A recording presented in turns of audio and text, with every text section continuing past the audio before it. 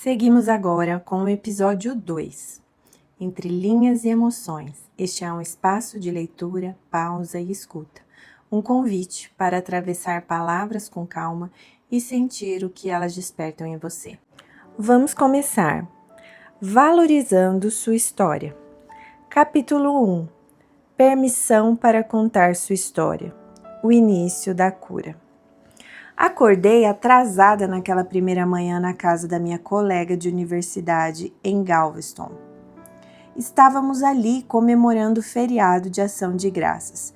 E como eu vivia longe demais para retornar para minha casa durante as férias de final de ano, ela me convidou, assim como algumas outras colegas, para nos hospedarmos na casa de seus pais. Mama, como a família a chamava carinhosamente, aguardava a nossa chegada na calçada à frente da garagem, praticamente saltitando de um pé para o outro. No exato momento em que as portas do carro se abriram, ela apressou-se para nos receber de braços abertos. Pela forma que ela nos cumprimentou, era como se eu fosse sua filha, apesar de essa ser a primeira vez que nos conhecíamos. A casa deles era charmosa, porém pequena, portanto dormi no sofá da sala de estar. Cada pedacinho da casa era multiuso e este ambiente não era uma exceção. Também servia como lavanderia, encaixada discretamente atrás de duas portas feitas de ripas de madeira. Antes de ir para a cama, eu colocava uma quantia de roupas para lavar na máquina de lavar roupas e acordava com a mama de pé ao meu lado, tentando trabalhar sempre silenciosamente. Com uma cesta equilibrada em seu quadril e cheia de roupas dobradas de forma bem ordenada, eu disse: "Oi, espera aí, você lavou toda a minha roupa?" Então mama me respondeu: "Filha, o que você está fazendo com seus sutiãs?" Não pude conter-me e comecei a rir. O item ofensivo em questão pendia de um de seus dedos, suas alças esgarçadas como se fossem tiras de elástico. Não podia negar a verdade. Eu praticamente os havia assassinado. Então, mama me disse: "Ninguém nunca te ensinou que esses você lava a mão?"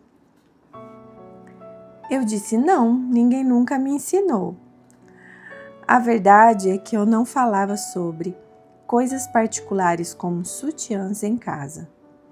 E até o presente momento, nunca tinha parado para pensar no porquê. Deixei para lá esse assunto em minha mente. Pensei, depois eu vou pensar sobre isso melhor. Durante toda aquela semana, rimos muito, comemos, conversamos, até bem depois da meia-noite. Parecia que todas as crianças daquela vizinhança se reuniam nesta casa em um momento ou outro, e sempre havia espaço para mais um. A família passava horas na cozinha, e não havia história que fosse além dos limites. Quando minha amiga expôs alguma das nossas peripécias, como uma vez em que invadimos um estádio de futebol americano numa disputa entre os dormitórios universitários, meu Deus, eu só fiquei aguardando os olhares de desaprovação. Mas, para minha surpresa, não houve nenhum. Seus pais davam risadas das nossas histórias. Sim, corrigiam, mas nos corrigiam carinhosamente. E, às vezes, faziam as duas coisas simultaneamente. Uma garrafa de vinho antigo coberta de cera derretida ficava sobre a mesa onde estávamos assentados, conversando e jogando na grama. Se alguém tentasse arrancar um pedacinho de cera, era repreendido carinhosamente. Quando a vela terminava de queimar, mama substituía aquela vela por outra. Parecia algo sem importância para se notar, mas me impactou. pois algo assim na minha casa teria sido atirado ao lixo ao invés de ser usado como um objeto decorativo no centro da mesa, visto que vim de um lar que era muito preocupado com as aparências. Na casa da mama, tudo era muito aconchegante e convidativo. Ali eu me sentia segura e amada o suficiente para falar sobre qualquer coisa, até coisas mais íntimas. Quando a hora de partir chegou, a sobra do jantar foi embalada em pacotes para a viagem e a mama, com os olhos marejados, acenou adeus para nós. Enquanto todas as meninas adormeceram, eu recostei minha cabeça contra a janela, observando a chuva escorrer pelo vidro. Tudo bem? Minha colega indagou, navegando pela estrada tempestuosa. Tudo, respondi. Mas eu posso te perguntar uma coisa? E ela disse sim. Na sua casa, é sempre assim? Ou aquilo que vivemos foi uma encenação? Ela me olhou e disse, não foi uma encenação. Quer dizer, somos bem barulhentos quando nos reunimos. Mas esse é o nosso jeito. Mas por que você está perguntando isso? Eu parei, pensei. Parecia desleal da minha parte compartilhar com a minha colega sobre a minha criação. Afinal, eu havia crescido debaixo do mantra onde dizia segredo é segredo, viu? Mas poder ver sua vida familiar revelou o quão diferente a minha vida havia sido. Criei coragem e contei para ela acerca de todas as vezes que eu fui disciplinada. A forma como as surras de cinta era chamada. Compartilhei acerca das coisas terríveis que aconteceram comigo quando meus pais me deixaram desprotegida e eu fui passada de um abusador para o outro. Contei sobre o medo que vivenciei morando num lar tão instável. Quando eu terminei, ela respondeu de forma muito terna: Andy, você foi abusada. Eu olhei chocada e disse: o quê? Eu pensava que era assim que as pessoas viviam. E ela me respondeu firmemente: não, certamente elas não vivem assim. Eu moro num lindo vale, na região rural da Califórnia, cercada pelas montanhas. O único ponto negativo é que lidamos com a má qualidade do ar que bloqueia a vista das montanhas. No inverno, as chuvas purificadoras chegam. Depois que elas param e o pólen e a fumaça se dissipam pelo vale, as montanhas deslumbrantes da Sierra Nevada se revelam. Nunca me esquecerei do momento em que eu, boquiaberta, vi pela primeira vez os seus picos cobertos de neve. Essas montanhas sempre estiveram lá? Perguntei a uma amiga que riu diante da minha surpresa. Esse exemplo se assemelha demasiadamente com a sensação que tive quando enxerguei a verdade sobre a minha criação pela primeira vez. Fiquei tão chocada ao descobrir que estivera cercada por comportamentos disfuncionais por toda a minha vida. Tanto quanto me choquei ao ver repentinamente aquela cordilheira que me cercava fazia 8 meses, a qual eu nunca havia notado. Graças a Deus, fui validada pela minha amável amiga logo na primeira vez em que compartilhei minha história. Devido ao suporte que recebi dela, minha jornada de cura deu início. Foi um dia chuvoso no Texas que fez com que toda a ilusão com a qual eu cresci se dissipasse. Uma vez que meus olhos se abriram, não podia mais voltar atrás. Não é fácil quando os nossos olhos se abrem. Possivelmente, nós nos sentiremos traídos, tristes, feridos, irados ou ansiosos. pessoalmente, como alguém que só fala a verdade, sentia-me enganada. Não podia acreditar que eu havia sofrido tudo o que sofri debaixo da máscara da disciplina. Nos anos 70, poucas pessoas falavam abertamente sobre abuso, e menos ainda sobre as doenças mentais que frequentemente desencadeavam o abuso.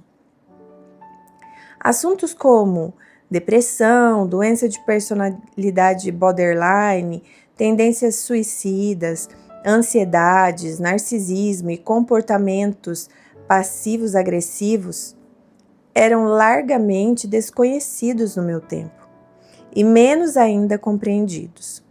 Não tínhamos os computadores ou a internet e não fazia ideia de como lidar com a minha recente descoberta e a tristeza que veio logo a seguir.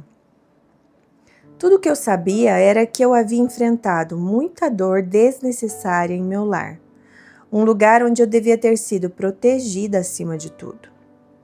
Você provavelmente já ouviu o ditado antes: o lar é o lugar onde o coração está. Mas eu gosto de afirmar: o lar é o lugar onde o coração é formado. Isso porque quando atingimos a fase adulta, já fomos anteriormente moldados pelas experiências vividas dentro das 4 paredes de nossa casa, quer gostemos ou não. Talvez você se sinta confuso pela forma como foi criado, porque você vivenciou tempos bons e tempos ruins. No nosso caso, papai trabalhou duro e permaneceu fiel para com a igreja e a minha mãe. Mamãe sempre servia as refeições à mesa e, devido ao fato de sermos pobres, ela costurava nossas roupas. Vivenciamos uma variedade comum de emoções e atividades, jantares em família, filmes e viagens de férias em família. Aqueles momentos me moldaram. Os momentos que eu vivenciei de disfunção e negligência severos moldaram-me também. Tornei-me uma pessoa desequilibrada. Minha amiga e eu fizemos uma viagem de carro do Texas até Louisiana e passamos a noite numa casa bem velha e sinistra. Um longo lance de escadas, logo ao lado do nosso sofá-cama, levava até uma porta trancada, que era do tamanho de um rote. À meia-noite, havíamos nos convencido de que um intruso nos aguardava lá imóvel, por trás dos painéis decorativos. Mal conseguíamos dormir, principalmente porque um relógio de pêndulo muito antigo emitia um barulho de tic-tac, tic-tac na parede. Conforme ele balançava de um lado para o outro, eu ficava apavorada. Frustrada, minha amiga arrancou o relógio da parede para que pudéssemos dormir. O pêndulo balançou desenfreadamente, fora de sincronia, e parou de trabalhar. Não sabíamos se deveríamos rir ou chorar. Pela manhã, chegamos à conclusão que era hora de arrumar o relógio antes de sair daquele lugar sombrio.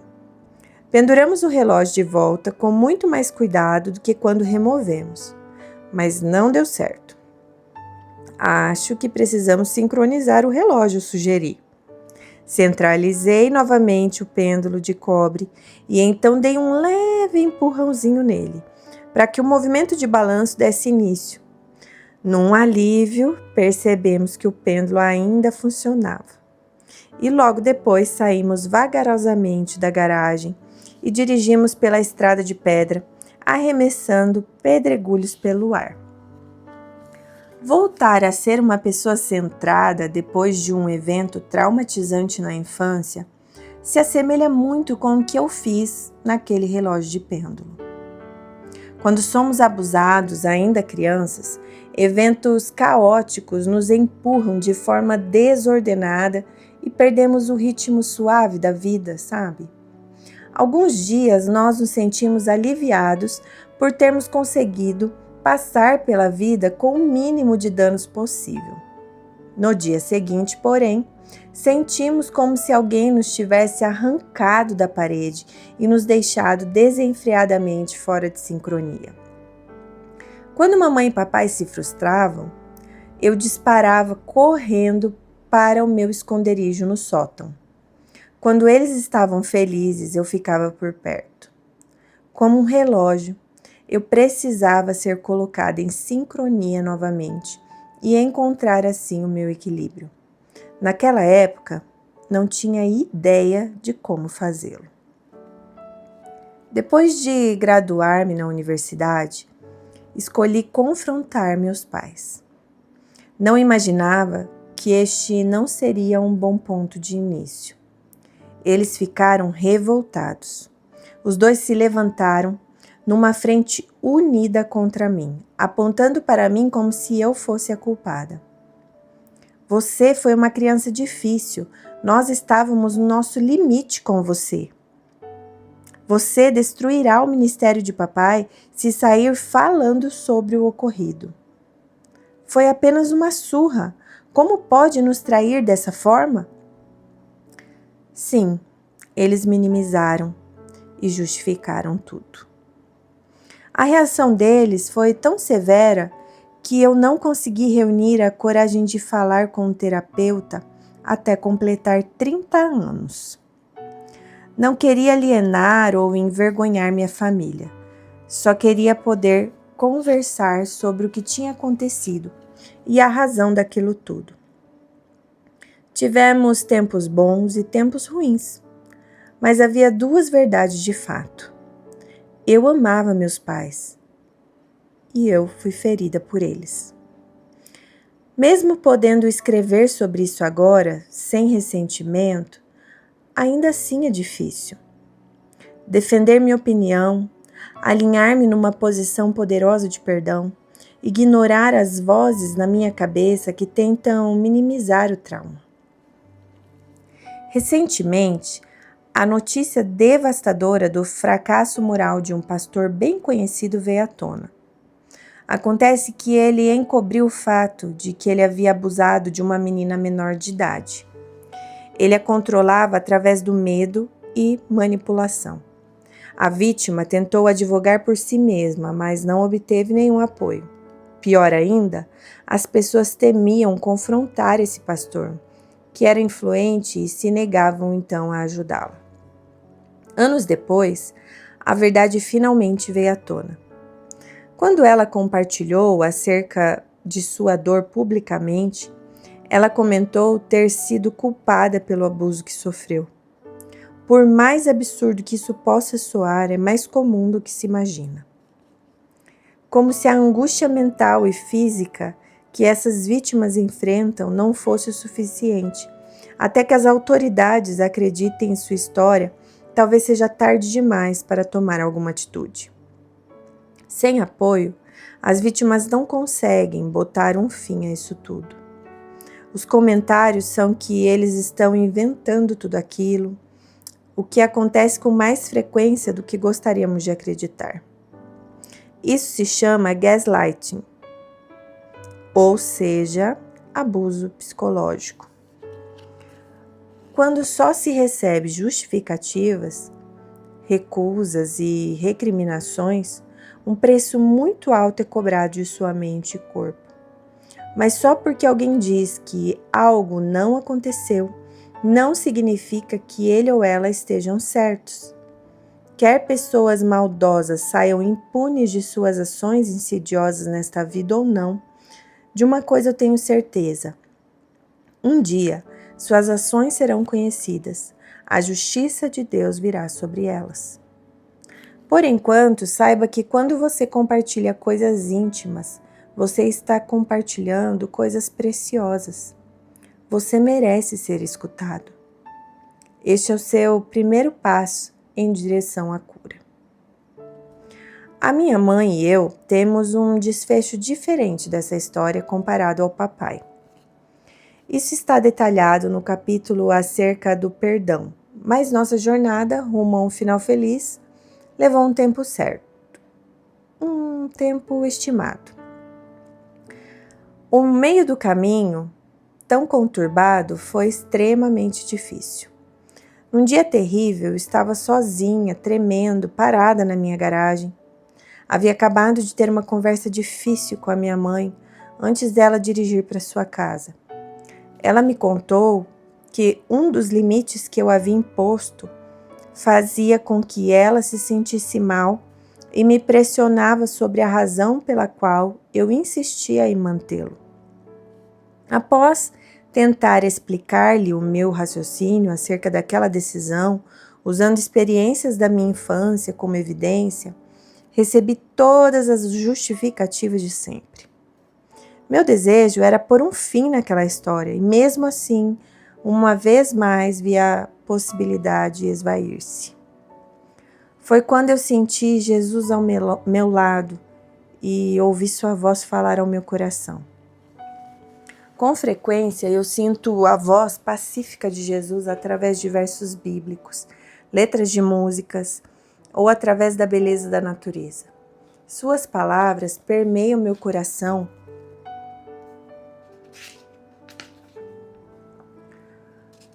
como um pensamento terno que se assemelha à minha voz, mas carrega em si um tipo de sabedoria que não poderia ter brotado de mim naturalmente.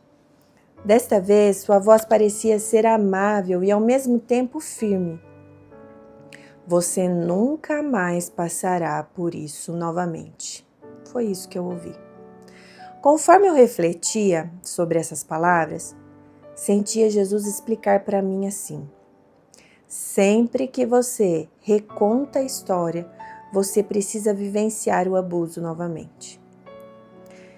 E ele estava certo. O tremor que o meu corpo sentia era a exata sensação que eu tinha quando criança.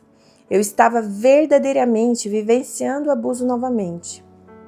Bem ali, enterrei qualquer esperança de receber validação de minha mãe. Se eu continuasse a pressioná-la para reconhecer o que ela havia feito, sua frustração aumentaria para o meu detrimento. Os limites que impus me protegiam e não podiam ser removidos.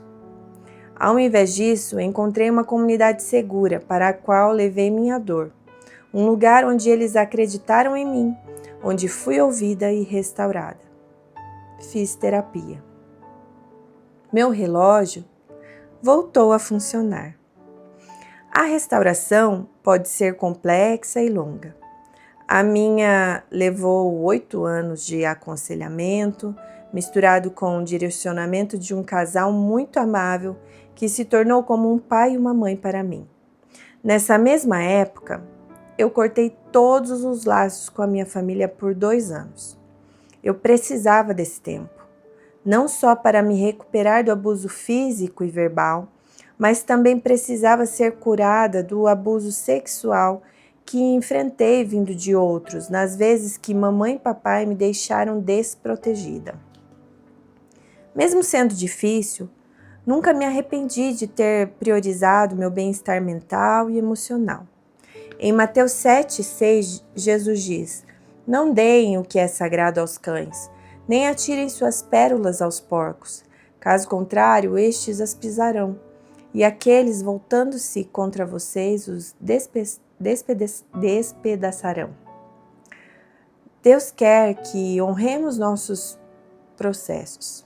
Processo de cura, como se fosse algo santo. A palavra santo significa sagrado e separado.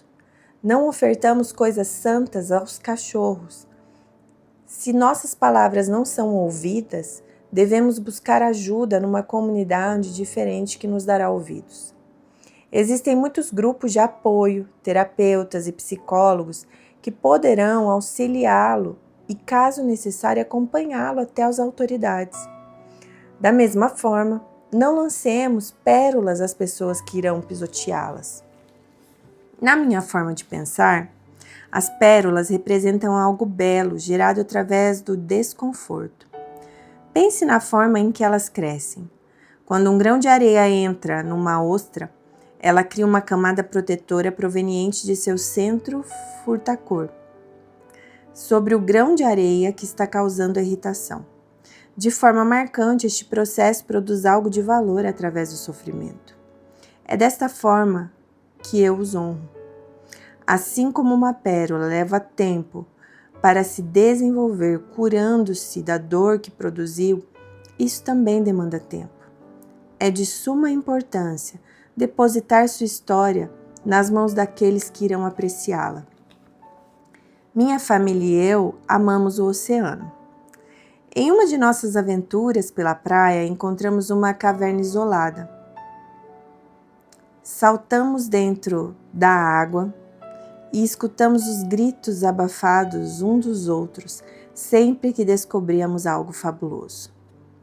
Conforme deixei a corrente me levar, vi algo brilhando no solo do oceano e mergulhei para encontrar a concha mais incrível, com suas duas metades ainda conectadas. Ela não era tão impactante de se ver do lado externo, mas o lado interno, por sua vez, possuía um centro furtacor. Logo ali, os raios de luz penetravam na água, revelando tons luminosos de pink e dourado dentro da concha. Era de se perder o fôlego. Apesar de não parecer neste momento, existe um tesouro tão inestimável quanto este dentro de você. Minha oração é que a luz do céu penetre o seu coração hoje, revelando a verdade. Sua história moldou e produziu algo de valor infinito, o relato de quem você é. Minha oração é que, ao se permitir expor a sua dor, seu processo de cura dê início. Esse foi o capítulo 1. Amanhã continuaremos o capítulo 2. Leia essas palavras e deixe elas penetrarem o seu coração, te mostrando em quais áreas da sua vida você precisa deixar essa pérola bruta se formar e te deixar sem fôlego ao ver o quão lindo é o relato de quem você é, por mais sofrido que ele possa ter sido. Até amanhã e nos veremos no capítulo 2.